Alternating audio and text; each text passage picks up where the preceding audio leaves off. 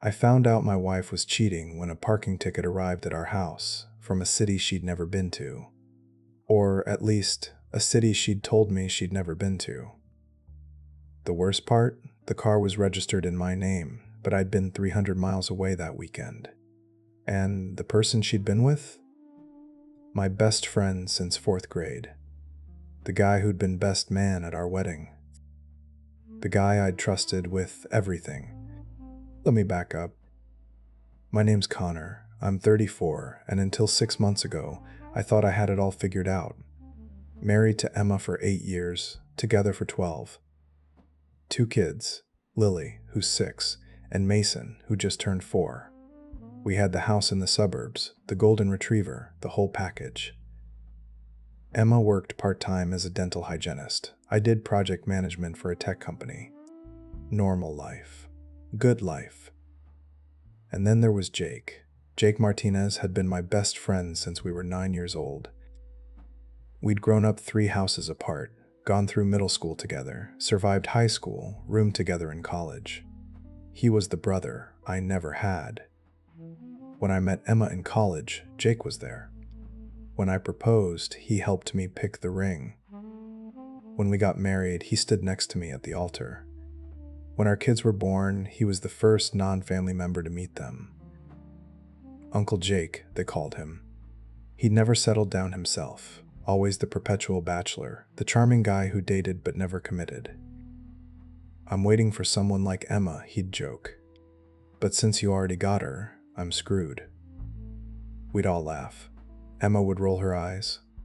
It was just Jake being Jake. He came over twice a week, minimum. Football Sundays were sacred. Him, me, wings, and beer. Emma would make nachos and watch with us sometimes, or she'd take the kids to her mom's. It was comfortable, easy. The kind of friendship you don't question because it's been there your whole life. About 8 months ago, I started traveling more for work. New project, big client in Phoenix. I'd be gone 4, sometimes 5 days at a time, twice a month. Emma seemed fine with it. We needed the bonus, and it was temporary. 6-month contract, then back to normal. Jake actually stepped up, helping Emma with the kids when I was gone. Picking them up from daycare, fixing a leaky faucet, just being there. I was grateful. What kind of asshole wouldn't be? But then Emma started acting different. Small things, things I told myself didn't mean anything.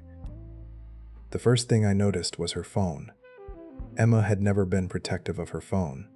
It would sit on the coffee table, on the kitchen counter, wherever. But suddenly, it was always face down. Always in her pocket.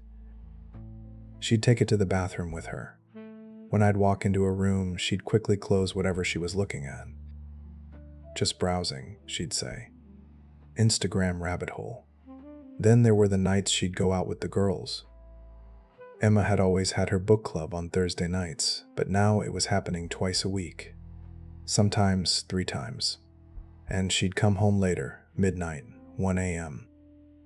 She'd smell like wine and perfume, her makeup still perfect even though she'd supposedly been gone for 6 hours. "We went to that new wine bar," she'd explain. You know how Jessica gets when she starts talking. I'd nod. I'd believe her. Why wouldn't I? Jake started acting weird too, but in the opposite direction. He became distant. Our Sunday football tradition started getting canceled. "Work thing?" he'd text. "Rain check?" This from a guy who'd once skipped his own cousin's wedding to watch the playoffs with me. When he did come over, he couldn't look me in the eye. He'd make excuses to leave early. I asked him once if everything was okay. We were in my garage, and I'd caught him staring at nothing, this guilty expression on his face. "Yeah, man," he said quickly. "Just work stress, new project." I believed him too. Because that's what you do when you trust people. You believe them. And then one Tuesday afternoon in March, everything I believed turned to ash in my hands. The week before it all fell apart, Emma had told me she was going to a dental hygienist conference in Atlanta. Friday through Sunday, networking and continuing education credits she needed. Made perfect sense. Her mom would take the kids for the weekend. "You should go out with Jake," she'd suggested, kissing my cheek as she packed. "Have a guy's weekend. You've been working so hard." I tried. I texted Jake Friday night, but he said he was slammed with work. Saturday too. Sunday, he finally responded, "Dude, I'm sorry, been in the weeds. Let's catch up next week." Fair enough. I spent the weekend doing yard work, catching up on sleep, watching movies I'd been meaning to see. Boring, but peaceful. Emma came home Sunday night with convention swag, a new electric toothbrush, some pamphlets, stories about boring seminars. "How was it?" I asked. "Educational," she said with a smile. "But I missed you guys." She seemed happy. Relaxed. We had sex that night for the first time in 2 weeks. Everything felt normal, like we were getting back to us. 2 weeks later, I opened our mailbox and found an envelope that would destroy everything I thought I knew. It was a parking citation. City of Asheville, North Carolina, $50 fine for parking in a permit-only zone. Date: the Saturday of Emma's conference. Time: 11:47 p.m. Vehicle: our Honda CR-V, license plate clear as day.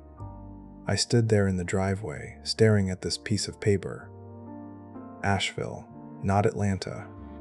Asheville was a 6-hour drive in the complete opposite direction, a mountain town known for breweries and bed and breakfasts. Emma had never mentioned Asheville. She'd shown me her conference badge from Atlanta. I'd seen the hotel booking confirmation. My hands started shaking. I went inside, pulled up our credit card statements. That weekend, no Atlanta charges, but there was a charge from a restaurant in Asheville. The Sunset Terrace, I Googled it. A romantic, upscale place with mountain views. Not the kind of place you go alone for a conference dinner. Then I checked our car's mileage log. I kept one for tax purposes. The weekend Emma went to Atlanta, our car had logged 723 miles. I mapped it. Our house to Asheville and back was 718 miles. She'd lied. Completely, elaborately lied. But why Asheville? Who was she with? I called the hotel from her confirmation email, the Atlanta one. "Hi, I need to verify a reservation for Emma Chen, March 8th through 10th. "One moment. I'm sorry, sir. That reservation was canceled on March 6th. Full refund processed." My heart stopped. I sat down at the kitchen table, that parking ticket in front of me, and I felt my entire world tilting. Then my phone buzzed. "Jake, hey man, still on for Sunday football?" And something clicked in my brain. A memory. Jake, 2 months ago, mentioning Asheville. "I've been wanting to check out that brewery scene," he'd said. "Supposed to be incredible." I hired a private investigator that afternoon. It took him less than 48 hours to confirm what I already knew in my gut.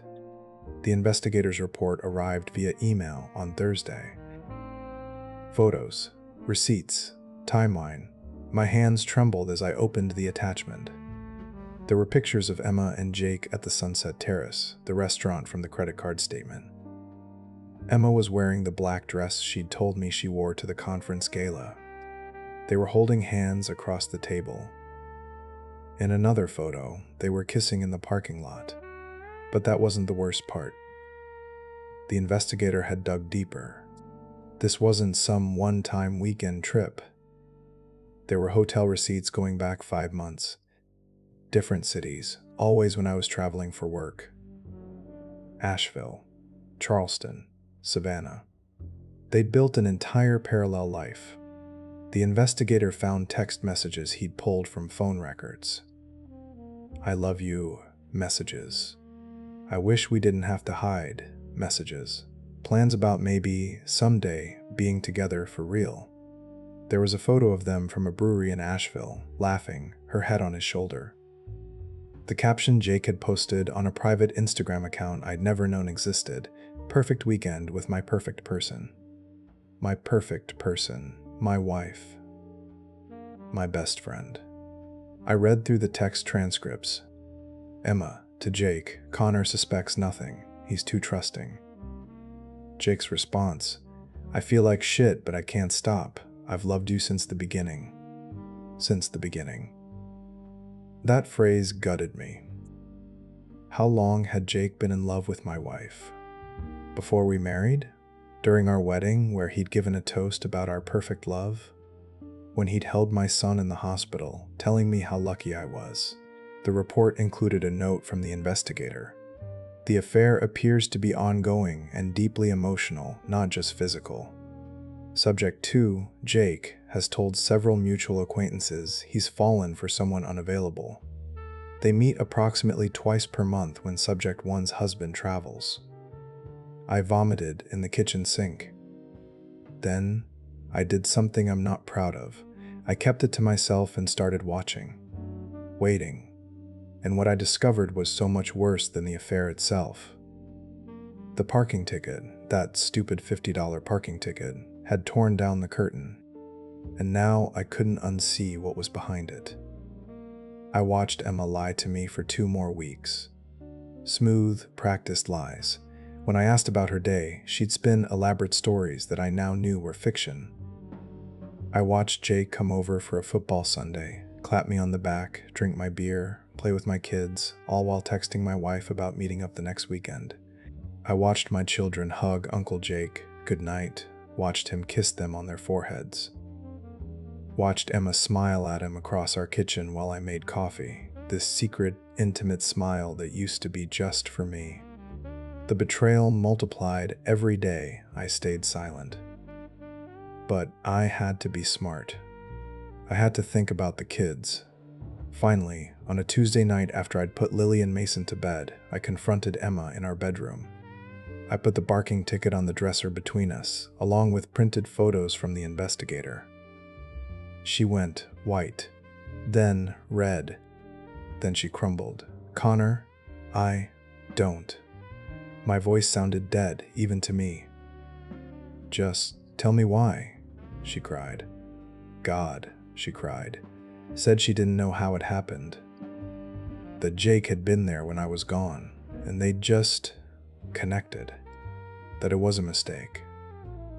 A horrible mistake. That she loved me, loved our family, and it was over now. She'd end it. We could fix this. How long? I asked. 6 months, she whispered. I'm so sorry. 6 months. Half a year of lies. I called Jake, put him on speaker.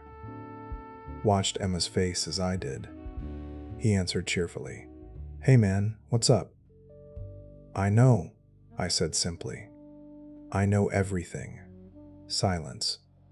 Then, Connor. Don't come to my house again. Don't call me. Don't talk to my wife. We're done. 30 years of friendship. Done. I hung up. He called back 17 times that night. I blocked his number. Emma begged. She got on her knees and begged me not to leave. And here's where my story stops being about justice and becomes about something uglier. I should have left. Every fiber of my being told me to pack a bag, call a lawyer, burn it all down. But I didn't. I thought about Lily, who just lost her first tooth and wanted me to read her 3 stories every night. About Mason, who'd started saying daddy for everything. Daddy up, daddy truck, daddy home. I thought about splitting custody, about them spending weekends with Emma and her eventual new boyfriend, maybe even Jake, in some nightmare future. About missing half their lives. About their confusion and pain. Emma swore she'd cut Jake off completely. Swore she'd do therapy, individual and couples. Swore she'd earn back my trust. And I wanted to believe her. Despite everything, some pathetic part of me wanted our life back. So here are the 3 things I learned, the lessons that haunt me. First, proximity plus opportunity equals betrayal. Jake had access to my entire life, my wife, my home, my trust. He'd been there so long, I never thought to protect against him. The danger was already inside the walls. Second, people lie best when they're living double lives. Emma didn't slip up because she'd practiced her deception for months. She had systems, backup stories, an alternate phone.